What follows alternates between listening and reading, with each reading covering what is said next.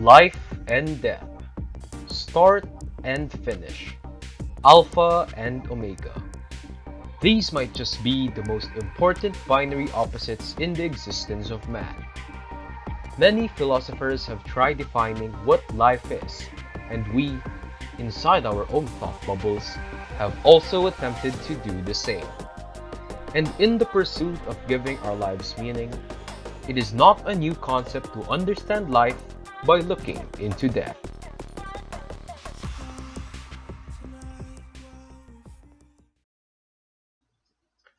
Death is quite probably the one thing that best accentuates the nature of life. It reminds us that life is finite, that we are not going to live forever, that one day we will cease to exist.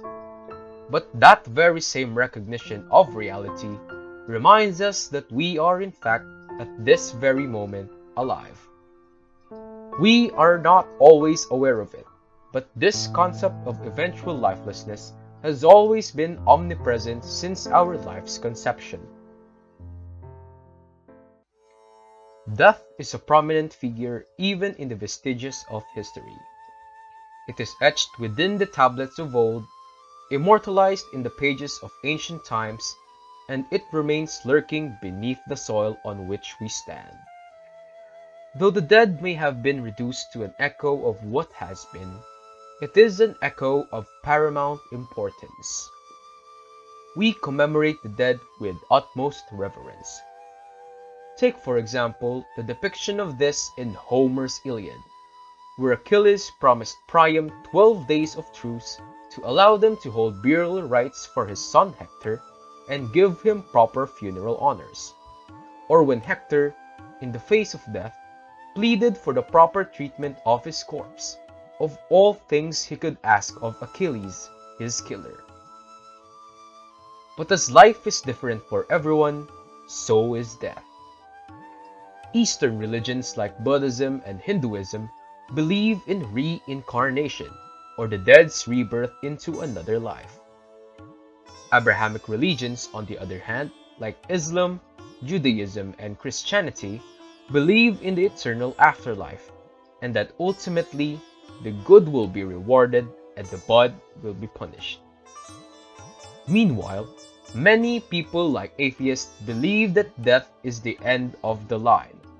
No more, no less. As death is viewed differently, different cultures of different ages also have different practices of handling their dead. Some preserve the bodies of their dead through application of some concoction and wrapping thereafter. Some encase their dead in tombs, while others hold ceremonial burnings of their dead. Others, on the other hand, bury them in cemeteries alongside the other deceased. The Egyptians preserved their deceased through mummification, an elaborate method of preserving the corpse through desiccating agents and wraps. They believed that this was necessary in order to protect that spirit that is to traverse the underworld and to attain final judgment and the afterlife. In addition, how ornate and intricate the dead's tomb indicates the affluence of the deceased and his or her bereaved family. Meanwhile, the Balinese believe that upon death, the body must return to its basic constituents. So the community ceremonially burns the body.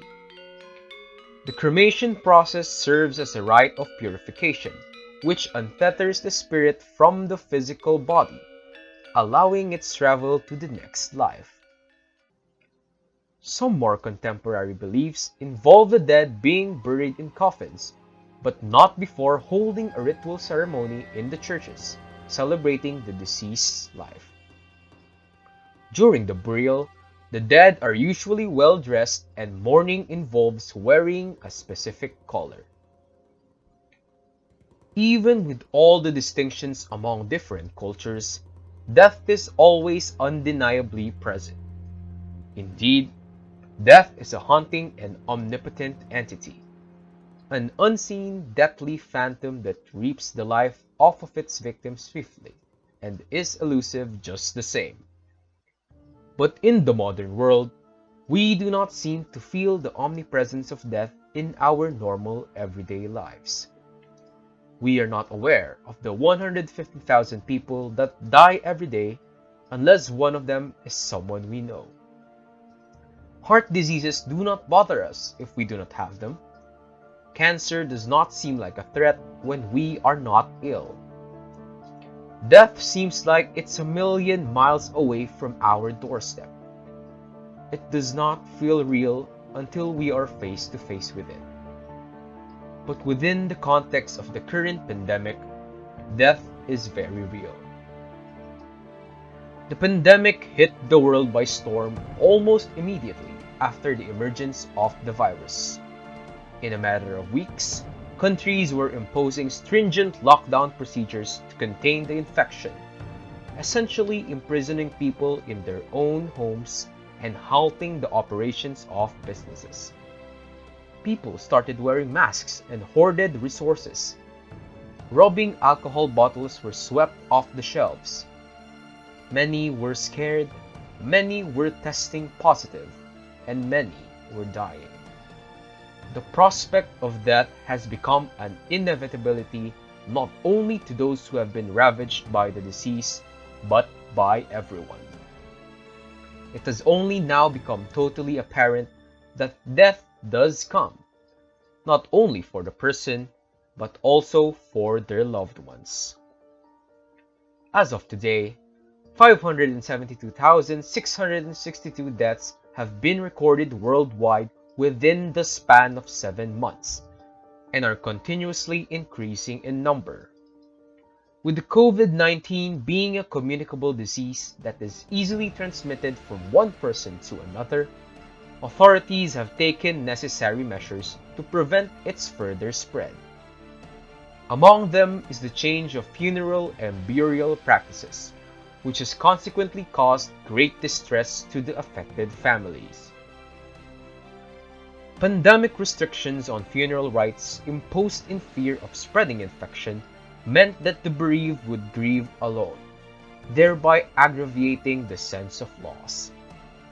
There is an absence of a communal gathering in ceremonial parting, an essential process in the course of mourning and acknowledging loss. The bereaved may experience disenfranchised grief or hidden sorrow. There is nothing and no one to validate their mourning. There is no social or cultural recognition that assists in the grieving process. And as the death statistics continue to increase, more and more people come to face this problem. In addition, some countries in Asia have adopted guidelines that the person deceased from COVID-19 must be cremated or buried within 12 hours, while only the immediate family of the deceased can attend the funeral. Coffins must remain closed during funerals such that families cannot see their loved ones or kiss them goodbye. In Islamic tradition, dead bodies are bathed by their relatives before burial. However, due to the pandemic, only medical staff are allowed to perform the ritual, along with the limited number of relatives wearing protective gear. Christian countries, particularly those in Latin America, experience similar circumstances, where wakes lasting up to several days have been banned, and swift burials were highly encouraged after the body's retrieval. As such, it is important to identify the nature of loss and grief in order to develop strategies that can help the bereaved adapt to the crippling pain of loss given the situation brought about by COVID-19. Du and Zai recommend that in these challenging times, we should apply loss adaptation rather than loss coping.